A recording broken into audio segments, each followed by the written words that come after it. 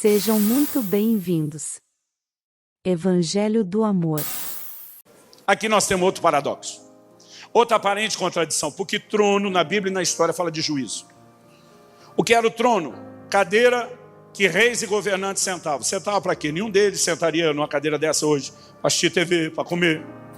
Sentavam nos julgamentos, nas audiências públicas com o propósito de julgar. Desde os povos antigos, a autoridade de quem julgava se mostrava por ele estar sentado. Jetro, em Êxodo 18, vai falar com Moisés, diz: você passa o dia inteiro sentado e o povo o dia inteiro em pé. Ele não estava chamando Moisés de folgado. Ele estava dizendo que quando Moisés estava sentado, estava mostrando para eles quem tinha autoridade. Quem estava de pé sabia que estava diante de quem tinha autoridade para julgá-lo. Era assim que funcionava. Quando a Bíblia fala trono da graça, contradiz a ideia de que trono é lugar de juízo. Então está dizendo que Jesus está sentado num trono, mas não com o propósito de nos julgar. Ele está sentado num trono com o propósito de nos ajudar. Então a Bíblia diz: cheguemos confiadamente junto ao trono da graça. Para que nós vamos para essa audiência? Se não é para ser julgado, e eu falei que é para ser ajudado. Pode projetar de novo, por favor. O Hebreus 4,16 diz assim: a fim de que encontremos misericórdia e graça, e acharmos graça, a fim de recebermos misericórdia e acharmos graça para socorro em ocasião oportuna. Então tem uma misericórdia, tem uma graça. Para quê? Para socorrer, para ajudar. Ajudar quando? Em ocasião oportuna. Qual é o contexto? Estamos sendo tentados. Ele entende a nossa tentação, mas entende vitória. Então, porque ele entende não só da minha luta, mas entende o que é vencer a luta, eu corro buscar uma ajuda. Que ajuda? Que misericórdia é essa? Que manifesta em tempo oportuno, é antes de pecar. Nós precisamos parar de acreditar que graça é só para pecado cometido. Graça tem o propósito de se manifestar antes do pecado ser cometido, para abortar o pecado que não precisa ser cometido. O problema é que, como a gente não distingue os tempos da salvação nem da santificação, a gente mistura tudo. Outro dia alguém falou para mim, mencionei antes, a Bíblia diz que onde abundou o pecado, superabundou a graça. Falei: olha o que foi dito antes e depois. O que está sendo dito antes é que o pecado abundou na humanidade, porque reproduzimos a imagem do primeiro Adão. Mas a graça se manifestou para que a gente reproduzisse a imagem do segundo Adão. Aí ele diz: o pecado abundou e a graça superabundou. Agora nós vamos continuar pecando para ter mais graça? Não. Porque a dinâmica da graça conosco é uma na santificação inicial, é outra na santificação progressiva. Tito capítulo 2, versículos 11, 12 e 13. Em 3 versículos, Paulo fala de santificação inicial, progressiva e final. Quando você entende a mente de Paulo, você começa a ver como ele reproduzia isso como um padrão nas epístolas. Tito 2,11, a graça se manifestou trazendo salvação a todos os homens. Nós estávamos na lama do pecado, a graça foi atrás de nós, foi nos buscar, foi nos socorrer. Para quê? Verso seguinte, o 2 diz: ensinando-nos que, a mesma graça que salva ensina. O que ela ensina? Ensinando-nos que, renegadas as paixões, as impiedades mundanas, vivamos no presente século de forma sóbria, justa e piedosa. A mesma graça que tira você do pecado te ensina a ficar longe dele. Nós precisamos parar de acreditar numa graça barata que remove a condenação, mas não o poder do pecado. Então, quando nós começamos a acreditar nisso, nós vamos entender por que Paulo diz no 13: aguardando a bem-aventurada manifestação de nosso Senhor e Salvador Jesus Cristo. No 11, santificação inicial, a graça manifestou salvadora. 12, nos ensina a ficar longe do pecado, santificação progressiva. 13, aguardando a vinda do Senhor, santificação final. Agora, há uma transição entre etapas que envolve mudança de comportamento. As pessoas acreditam que o comportamento da santificação inicial tem que ser o mesmo até o fim, em cada outra etapa.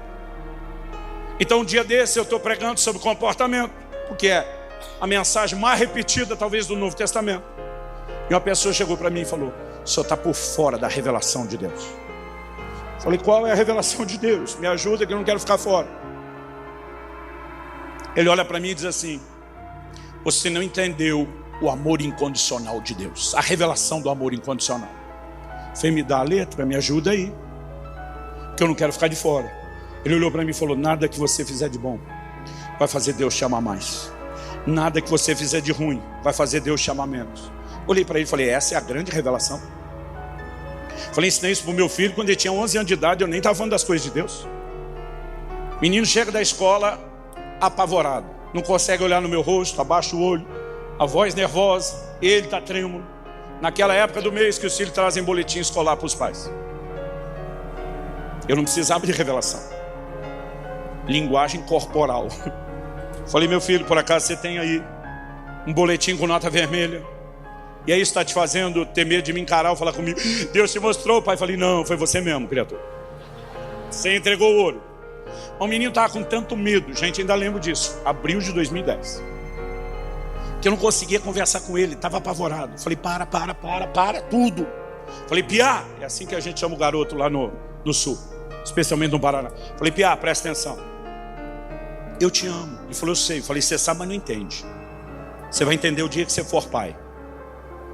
Falei, eu não te amo pelo que você faz, eu não te amo pela sua performance, eu te amo pelo que você é. Você é meu filho, Piá, acabou. Eu te amo pelo que você é. Tenta pensar e entender isso por um instante.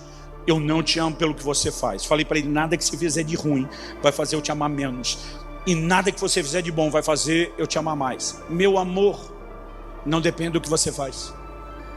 O que você é basta. E o amor é incondicional. Gente, eu ainda me lembro da cara de pavor se transformando numa cara de alívio.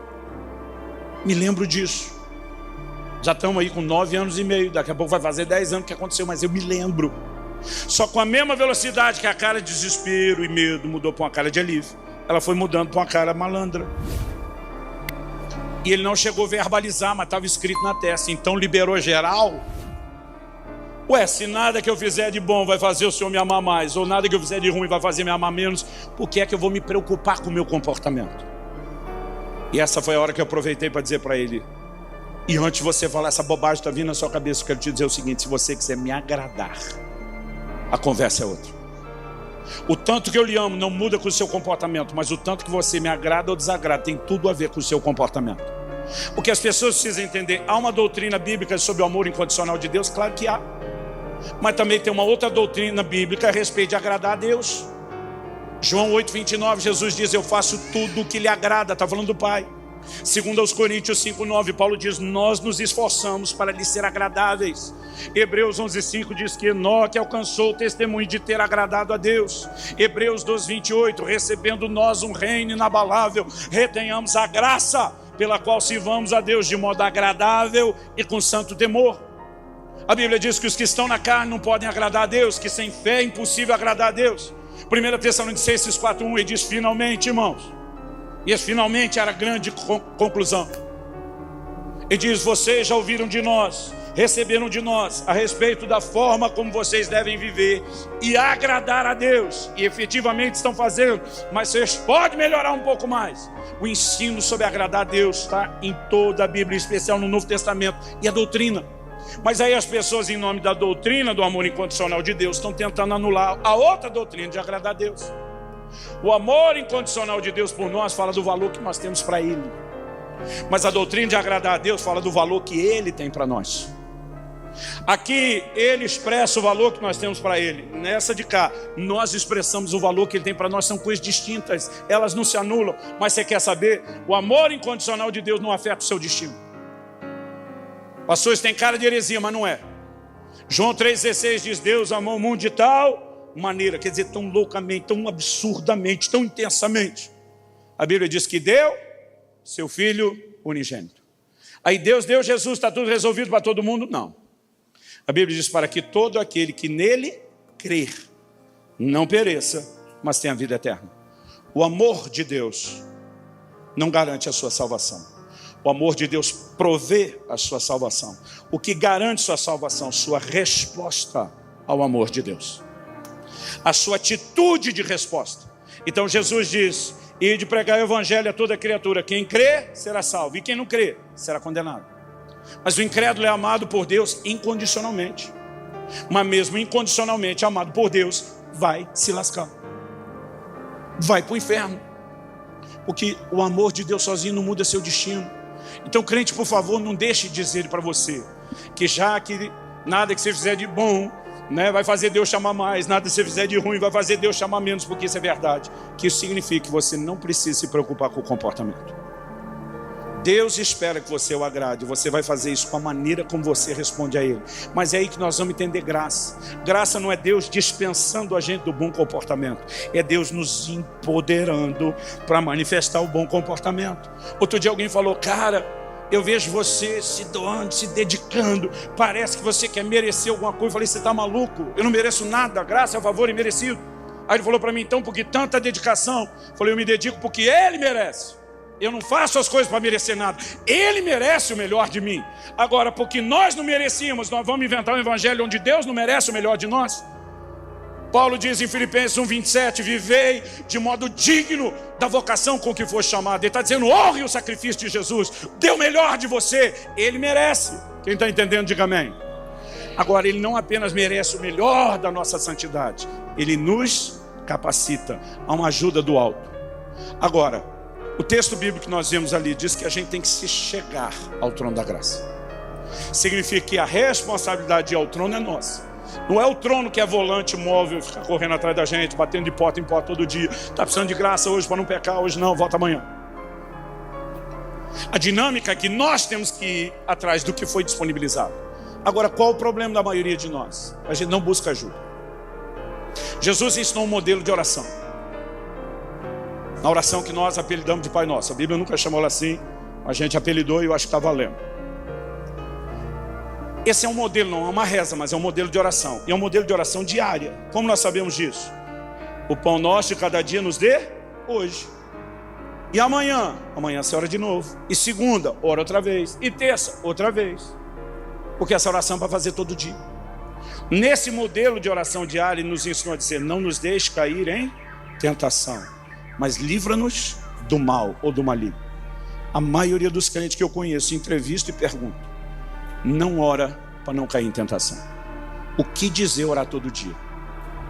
Aí o trono está lá, repleto de graça, mas esperando que a gente vá buscar. Aí a gente não vai buscar, porque não busca, não consegue abortar o pecado e a queda. Aí porque a gente cai e não buscou ajuda, a gente cria agora a teologia da experiência. E a gente põe lá o crente sentado na sarjeta da vida. Triste. Pois é, já dizia Paulo: o bem que eu quero, esse não faço. O mal que eu não quero, esse faz. Não tem jeito. E aí nós criamos uma nova definição de graça. É que Deus senta do lado do crente derrotado, faz um cafuné na cabeça dele e diz: tem problema não, crente. Meu amor por você é incondicional. Nada que você fizer de ruim vai fazer eu te amar menos. Nada que fizer de bom vai fazer eu te amar mais. E a graça virou uma complacência, uma permissão para pecar, em vez de ser o remédio que combateria o pecado. Nós usamos a graça para colocar o homem de volta na época da lei, quando não havia graça, incapaz de obedecer, quando ela era o que nos viabilizaria viver a obediência. Então o domínio próprio não é só parar a força da carne, é pará-lo pela nova natureza, empoderada pela graça, dizendo: há uma conexão com os céus. O novo e último Adão será reproduzido. O velho Adão vai levar uma rasteira. Quem está entendendo, diga amém. Agora, nós precisamos entender tanto a responsabilidade como a ajuda do homem. Se inscreva para receber mensagens da Palavra de Deus para seu coração. Compartilhe essa mensagem para mais vidas serem alcançadas. Que você tenha um dia repleto de paz e de bênçãos vindas da parte de Deus.